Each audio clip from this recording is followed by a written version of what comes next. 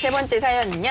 네, 1년 전에 상속받은 시골주택과 30년 전에 취득한 임야를 함께 처분하려고 합니다. 임야는 너무 오래전 취득이라 계약서를 아무리 찾아봐도 없는데요. 언제 처분하는 것이 좋을까요? 그리고 양도소득세 신고는 어떻게 해야 할까요? 라는 사연입니다.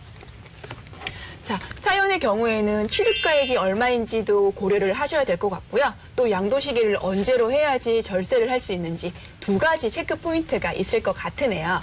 자, 그러면 먼저 취득가액이 명확하지 않을 때 세무적으로는 어떻게 판단을 할까요?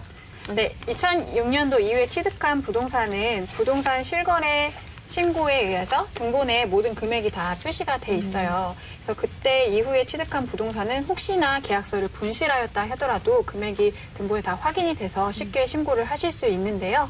그 전에 취득한 부동산의 계약서를 잊어버리셨다면 이제 금액을 확인하기가 어렵죠. 이럴 때 이제 세법에서 환산가액이라는 방법으로 신고를 할 수 있게 마련해 두었는데요. 취득 계약서를 혹시나 분실하셨다면 이렇게 해서 신고하는 방법도 있으시니 너무 걱정하지 않으셔도 될 것 같습니다. 간혹 보면은 그 당시 취득 계약서를 갖고 있다고 하더라도 그 계약서 금액하고 저희가 환산한 금액하고 비교해 보면 환산한 금액이 취득가액이 더 많아요, 보통. 그렇기 때문에 세금을 줄일 수 있는 방법으로 활용을 많이들 하고 계시고요. 이제 또 다른 체크 포인트인 아까 양도를 언제 하면 좋을까요? 라는 질문이 있었잖아요. 세무사님, 양도를 언제 하면 좋을까요? 네, 기본적으로 토지는 개별 공시지가가 매년 상승한다고 보고 있고 그렇게 가정을 한다면 새로운 공시지가가 고시되기 전에 부동산을 양도하면 취득가액이 높게 산정이 되거든요. 개별 공시지가 산정일은 매년 5월 31일이에요. 즉 부동산 매매를 기준시가가 공시되기 이전 시점으로 맞추신다면 양도 대비 취득가액 비율이 올라가서 세금 부담이 줄어들 수 있습니다.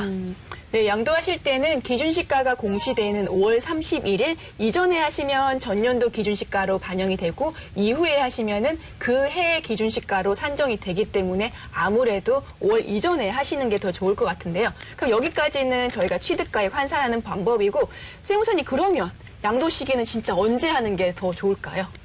네, 이제 토지나 뭐 부동산 가지고 계시는 분들은 모두 재산세를 납부하시게 되고요. 또 일부는 종합부동산세를 납부하시게 되잖아요. 이 과세 기준이 굉장히 중요합니다. 매년 6월 1일 날 소유하는 사람에게 그 세금을 부과하게 되는데요. 그렇다면 양도 시기가 6월 전이나 후에 따라서 매도자가 부담을 할 수도 있고 매수자가 부담을 할 수 있잖아요. 6월 근처라면 이 시기를 조절해서 또 다른 절세 방법을 취할 수 있습니다. 간혹 매수인과 매도인 간에 그 6월 1일 그 기준으로 아시는 분들은 그렇죠.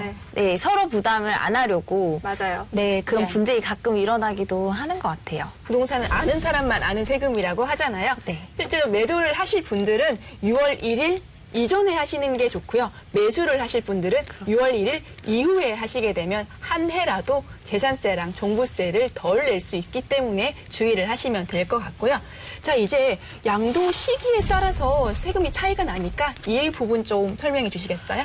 네, 세법상 양도 시기는 계약일이 아니고 소유권 이전 접수일 또는 잔금 청산일 중 빠른 날입니다. 일반적으로 부동산 사고 팔 때 사실 계약금 내고 바로 등기 이전 뭐 잔금까지 처리하는 경우는 드물잖아요. 네, 한 달 정도 걸리죠? 그렇죠. 네. 그래서 단기 양도로 인해서 세율이 높아질 수 있으니 꼭 주의하셔야 됩니다. 네, 부동산은 보유 기간이 단기인 경우에는 이걸 투기로 봐서 높은 세율이 적용이 되게 만들어 놨어요. 그렇기 때문에 주의를 하시면 좋을 것 같고요. 또 하나.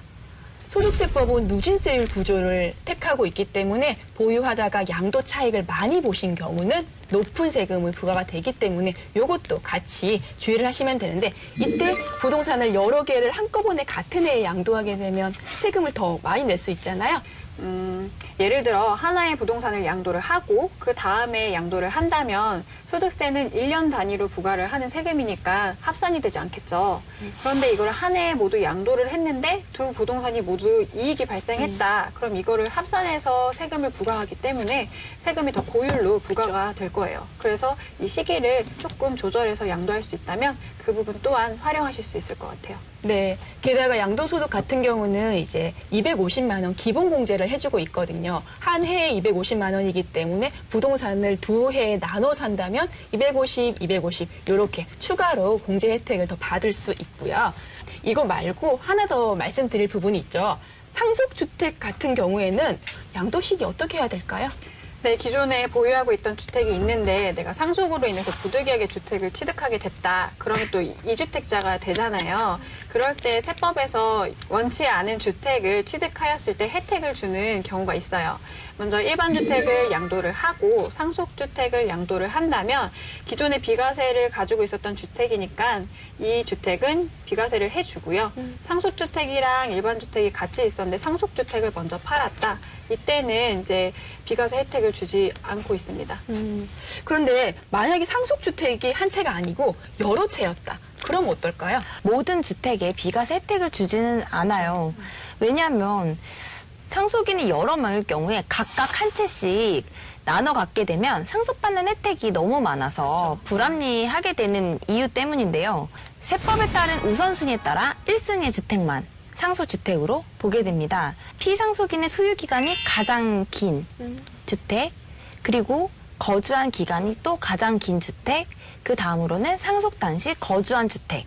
순위가 모두 같다면 기준시가가 가장 높은 주택을 상속주택으로 보고요. 여기서 주의할 점은 같은 세대 내에서 상속이 이루어진 경우에는 이 상속주택 특례는 적용되지 않아요. 네. 부모님께 상속받은 주택이 있으시면은 본인이 상속받은 주택이 비과세 특례 대상이 될 수도 있고 안 될 수도 있기 때문에 우선 특례 대상이 되는지 먼저 살펴보셔야 될 것 같고요. 그러면 본인이 갖고 있는 주택과 상속주택이 있을 때 비과세 혜택을 추가로 검토할 수 있기 때문에 이 부분도 주의하시기 바랍니다.